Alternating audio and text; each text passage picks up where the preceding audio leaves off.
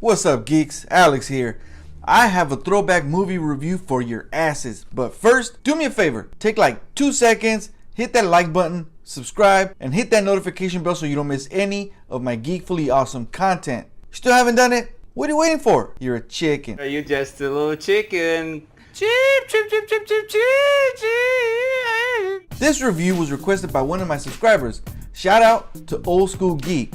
If you're an older geek like me, grew up in the 80s, played the Atari 2600, even the original Nintendo, and you like to reminisce every now and then and watch a few minutes of gameplay from these old Atari and Nintendo games, do this. Watch this video, like it, subscribe of course, then go check out Old School Geek's channel. Alright, so let's get back to it. What I'm reviewing today is one of the greatest so bad it's good movies like ever. The Room. The Room is the baby of genius, eccentric, and possibly vampire Tommy Wiseau. This is his baby. If you don't know who Tommy Wiseau is, you're missing out. The man should be a national treasure. Tommy should be the one on those Dos Equis commercials because he might just be the most interesting man in the world. This dude will trip you out from within the film and out as well. Tommy Wiseau didn't only star in this film, he wrote it, he produced it, he directed it, co-produced it, executive produced it, and more. So The Room was filmed in 2003 in the San Francisco Bay Area, and it stars Tommy Wiseau, Greg Sestero, and Juliet Daniel, among others. And it doesn't have comedic scenes that make you laugh because they're clever or anything like that. Nah, they make you laugh because they're so damn terrible. In addition, there are scenes that are not even supposed to be funny that make you laugh because you're just sitting there thinking like, wait, WTF? This movie is a complete hodgepodge of scenes that make no sense. It's a 1 hour and 40-minute romantic drama about Johnny, a successful banker who's about to marry his live-in fiancée Lisa, but Lisa doesn't love him and is having an affair with Johnny's best friend Mark. But after you watch this movie, you wonder, how the hell was Johnny a successful anything? The man has the absolute worst social skills in the history of mankind. Don't believe me? Okay. Who asks this question in the middle of a conversation? Tell you, it's confidential. Oh, come on, why not? No, I can't. Anyway, how is your sex life?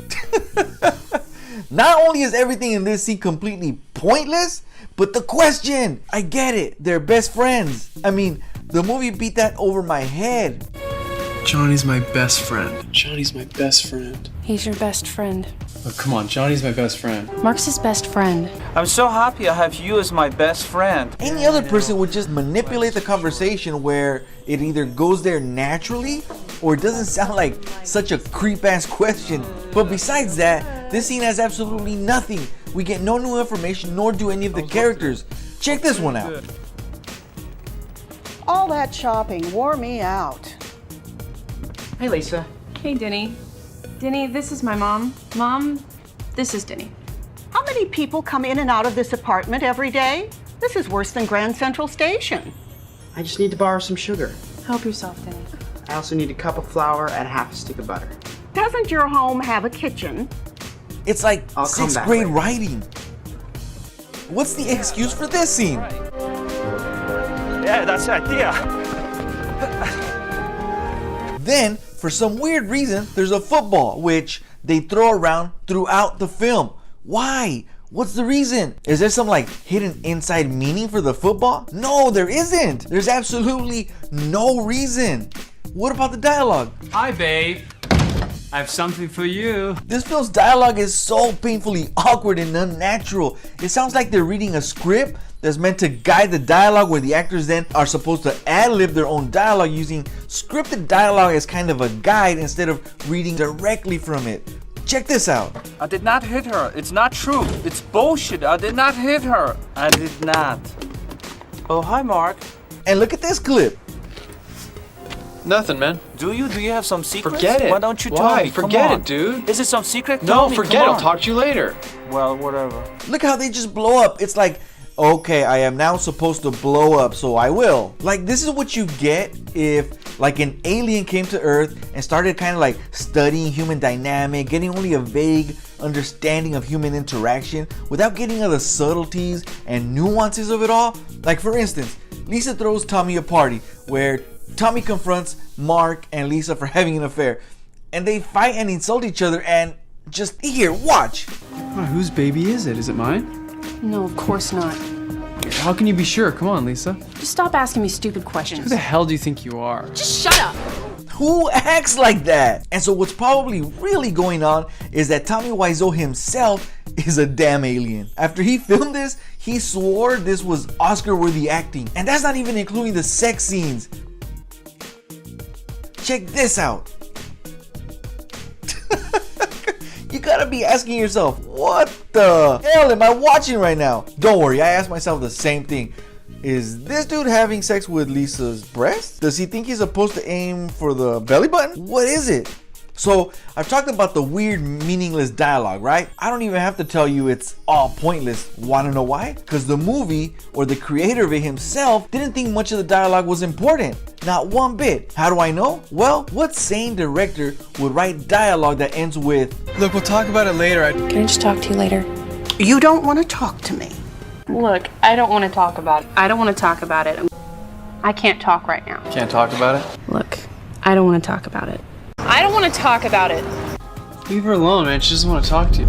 Anyway, how is your sex life? or, And I don't care anymore.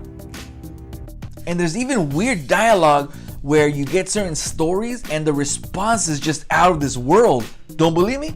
Check out this scene where Mark tells Johnny a sad, cautionary tale. I used to know a girl. She had a dozen guys. One of them found out about it, beat her up so bad she ended up in a hospital on Guerrero Street. Only to get this response from Johnny. What a story, Mark. Yeah, you can say that again. Yeah, I'd have the exact same look, bro. Or when Lisa's mom tells her that, And I'm dying. You're not dying, Mom.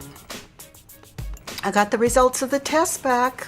I definitely have breast cancer. should definitely be like a showstopper, right? Not in Tommy Wiseau's world. This merits a... Don't worry about it. The entire movie could have been like 10 minutes long. Here's the plot, 10 minutes long, okay? Johnny is a weird successful banker who has a live-in girlfriend named Lisa, who he's marrying in a few days. Lisa doesn't love Johnny, and she's cheating on him with Mark's best friend. Johnny finds out, confronts him during his birthday party where a fight breaks out. Then the fight ends because Johnny just decides, fight's over. All right. Okay, folks, everything is fine. Fight is over, folks. I'm sorry, Mark. So everyone is kind of like, okay, cool, everything's resolved. But then, come on. Of course Mark can't allow to be called a chicken. You're just a chicken. Chip, chip, chip, chip, chip. It's the most mature insult in the history of mankind. You cannot allow that, no way. So the fight is broken up this time. Johnny tells everyone to piss off. Johnny goes upstairs, locks himself in the bathroom. Lisa asks him to come out, and he gives her the Come out now, best Johnny. damn line in the entire movie. In a few minutes, bitch. Then after he throws a tantrum and destroys things for no reason, he fucks the shit out of Lisa's red dress, and then he kills himself.